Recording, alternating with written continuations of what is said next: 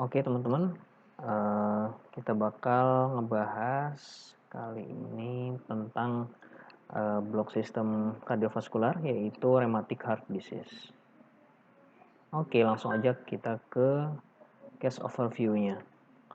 Nah, di sini untuk rheumatic heart disease itu biasanya keluhan utamanya terdapat sesak nafas pada posisi terlentang terutama. Kemudian dia ini sudah sejak 2 tahun yang lalu sesak nafasnya bertambah berat saat aktivitas fisik. Terus juga ada riwayat sejak 1 tahun yang lalu mengalami bengkak atau edem pada kedua tungkainya. Kemudian sesak, ketika sedang sesak badannya terasa lemah juga. Ini tanda dari gagal jantung ya teman-teman. Nah, dari riwayat pengobatan juga ini diberi obat diuretik, dan yang paling penting adalah riwayat penyakitnya. Nah, di sini ada riwayat penyakit bahwa di usia 7 tahun dia dirawat dengan keluhan sendi nyeri lutut yang menjalar dan bengkak pada kedua sendi. Nah, ini itu interpretasinya adalah polyarthritis migraine. Nah, hanya separuh. Maksudnya di sebelah kiri saja, dan ini termasuk kepada kriteria mayor. Dan juga 2 minggu sebelum keluhan sendi tersebut mengalami sakit tenggorokan dan panas badan. Ini kemungkinan daripada infeksi. Kemudian pasien tidak pernah kontrol sampai berusia 25 tahun. Ini terapi adekuat. Juga pada pemeriksaan saat usia 7 tahun itu terdapat tanda-tanda dari gagal jantung. Kemudian dari sistolik murmurnya juga. Di sini interpretasinya itu regurgitasi mitral yang terlihat pada bunyi jantung. Kemudian jelas di bagian apek di sinkerikom yang merupakan tanda dari karditis. Kemudian dari pemeriksaan labnya di sini ini terlihat CRP atau C-reactive proteinnya itu positif. Nah, ini merupakan kriteria mayor dari demam rematik. Kemudian ada astonya di sini. Astonya 1/400 dan LED-nya itu 40/80. Ini merupakan kriteria minor dari demam rematik. Oke. Ini ada pemeriksaan fisiknya, pemeriksaan leher, JVP-nya meningkat, tanda gagal jantung. Jadi untuk diagnosa kerjanya, karena ditambah ada riwayat penyakit pada usia 7 tahun yaitu demam rematik, jadi untuk diagnosanya itu decom cordis atau gagal jantung et causa rheumatic heart disease. Nah, untuk definisinya, penyakit jantung rematik atau rheumatic heart disease itu merupakan penyakit pada kelainan katup jantung yang menetap akibat daripada demam rematik akutnya. Penyakit ini terutama mengenai katup mitral 75% dan katup aorta 25%. Jarang mengenai katup trikuspid dan tidak pernah menyerang katup pulmonal. Secara epidemiologi, oke, untuk dasar diagnosanya tadi terdapat riwayat rheumatic fever sebelumnya. Kemudian di sini ada menurut kriteria Jones pertama kali dikemukakan pada 1944. Nah, kriteria ini membagi bahwa ada gambaran klinis itu menjadi dua, ada yang mayor dan ada yang minor. Nah, ini untuk yang mayor dan minornya bisa teman-teman lihat sendiri. Oke, pada kasus ini itu ditemukan yang mayornya itu karditis, itu polyarthritis, kemudian sini PR interval memanjang, LED meningkat, leukositosis dan astonya meningkat. Untuk penyebabnya, rheumatic heart disease ini bahkan penyakit vaskuler ya teman-teman. di mana kolagen multisistem yang terjadi setelah infeksi Streptococcus grup A pada individu yang mempunyai faktor predisposisi. Yaitu penyakit ini ditandai oleh inflamasi dari lapisan endokardium dan miokardium melalui suatu proses autoimun. Ini dan intinya sebagian besar itu menyerang pada katup mitral. Mengapa demikian? Ini yang bisa menjawab adalah secara epidemiologi memang seperti itu karena habitat mungkin daripada Streptococcus grup A ini lebih menyukai, mungkin terdapat reseptor dari Streptococcus grup A yang umumnya paling banyak ditemukan pada katup mitral. Oke, di sini untuk faktor risikonya yaitu ada faktor lingkungan tidak sehat, faktor sosioekonomi rendah, faktor genetik, infeksi tenggorokan oleh Streptococcus grup A, dan reaksi autoimun.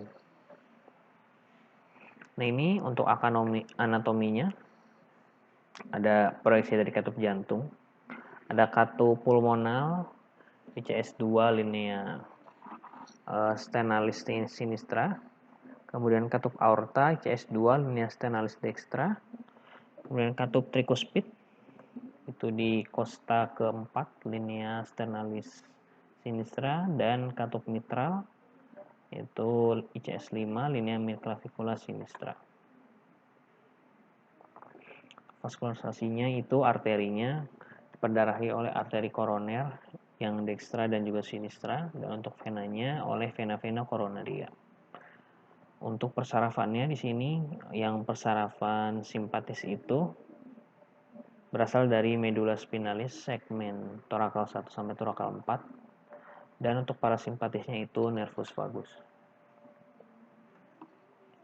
Histologinya, nah di sini ada lapisan-lapisan dari jantung, yaitu endokardium yang terdiri dari sel endotel dan juga jaringan ikat, kemudian di bawahnya ada subendokardium berisi jaringan ikat, kemudian ada miokardium, sisi atrium yang tebal karena otot jantung ini, kemudian ada sel endokardium dan endokardium, sisi atrial lebih tebal daripada sisi ventrikel. Nah, ini mikrobiologi dari etiologinya yaitu Streptococcus beta hemolyticus.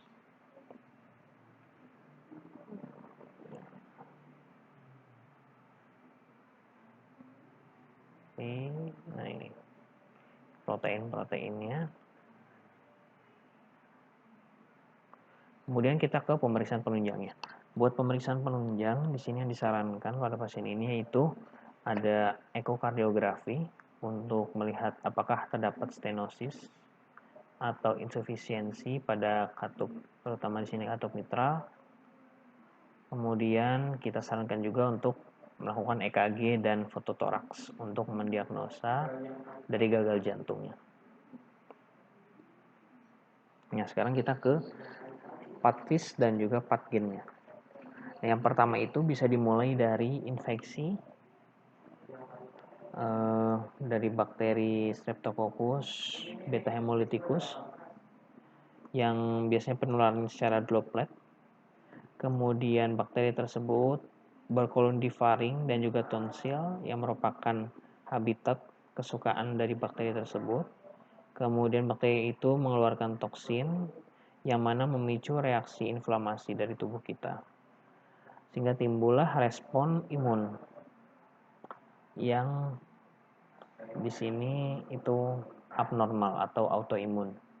Kemudian menimbulkan efek yang pertama ada seluler dan juga humoral. Untuk seluler itu yang berperan adalah makrofag sebagai antigen presenting cell. Dan untuk yang humoral di sini ada limfosit B, yaitu yang produksi dari antibodi.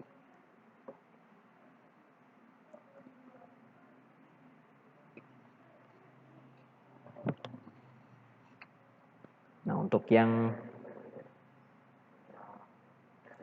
respon imunologi ini itu menimbulkan 4 efek terhadap organ. Pertama bisa ke persendian, sistem saraf pusat, kulit, dan juga jantung. Untuk kepersendian itu nanti akan terjadi peradangan pada membran sinovial sendi-sendi sehingga terjadi poliartritis. Kemudian ke sistem saraf pusat itu dapat mempengaruhi daripada koreasi Denham, yaitu gerakan involunter, irreguler, cepat, dan kelemahan otot. Dan untuk pengaruhnya ke kulit adalah terjadi peradangan pada kulit dan jaringan subkutan sehingga timbul tanda-tanda seperti eritema marginatum. Dan pengaruh kepada jantung yaitu tentu saja inflamasi pada katup mitral dan sehingga terbentuklah jaringan parut pada katup tersebut. Nah, apabila telah terbentuk jaringan parut, kemungkinan terburuknya adalah terjadi stenosis mitral. Untuk stenosis mitral ini akan mengakibatkan yang pertama itu curah jantung yang menjadi menurun sehingga tekanan daripada karbon monoksidanya pun berturun, pengaruh ke perfusi jaringan dan sehingga menimbulkan lemah badan. Dan satu lagi itu meningkatnya tekanan atrium sinistra dan juga volumenya sehingga mengakibatkan meningkatnya volume di vena pulmonal dan juga pada kapiler-kapiler paru sehingga mengakibatkan hipertensi pulmonal. Akibatnya meningkatnya afterload dan terjadi gagal jantung. Gagal jantung terutama sebelah kanan itu mengakibatkan salah satunya adalah edem pada tungkai. Kemudian kita ke penata laksanaannya. Di sini buat penata laksanaan rheumatic fever-nya sebelum terjadi gagal jantung pada saat usia 7 tahun itu dilakukan pertama tirah baring. Kemudian pemasangan oksigen dan kita berikan asetosal di sini.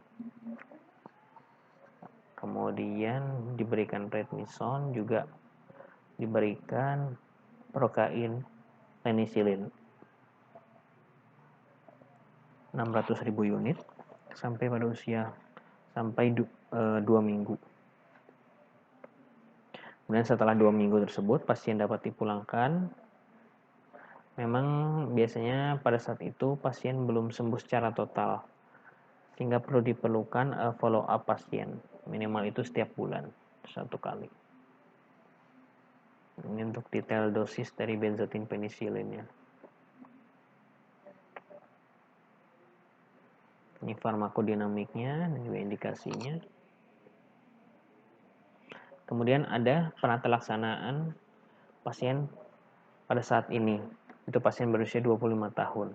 Untuk non farmakologinya itu ada tirah baring, kemudian diet rendah garam, pemberian cairan, dan melakukan rujukan ke spesialis jantung dan pembuluh darah SPJP. Untuk farmakologinya bisa kita berikan obat golongan diuretik seperti furosemid, kemudian obat golongan AC inhibitor seperti captopril.